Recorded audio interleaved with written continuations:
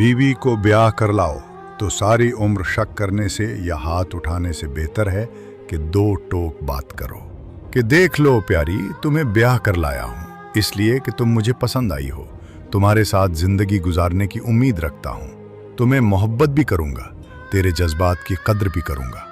Risk जितना तेरे नसीब में है तुझे मिलकर रहेगा। मैं सिर्फ जरिया हूँ, देने वाली अल्लाह की ज़ात है।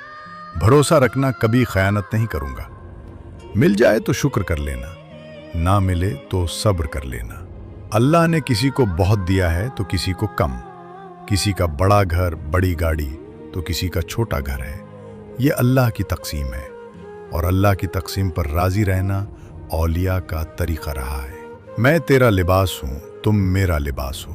तुम्हें तुम्हारे माजी के साथ कबूल किया है। मुझे नहीं पता कि वो कैसा था और ना ही मुझे जानना है। बस माजी जो भी था हाल बनकर सामने ना आए। अब सब बातों के बाद आखिरी बात, तुम पर एतमाद कैसे करूँगा?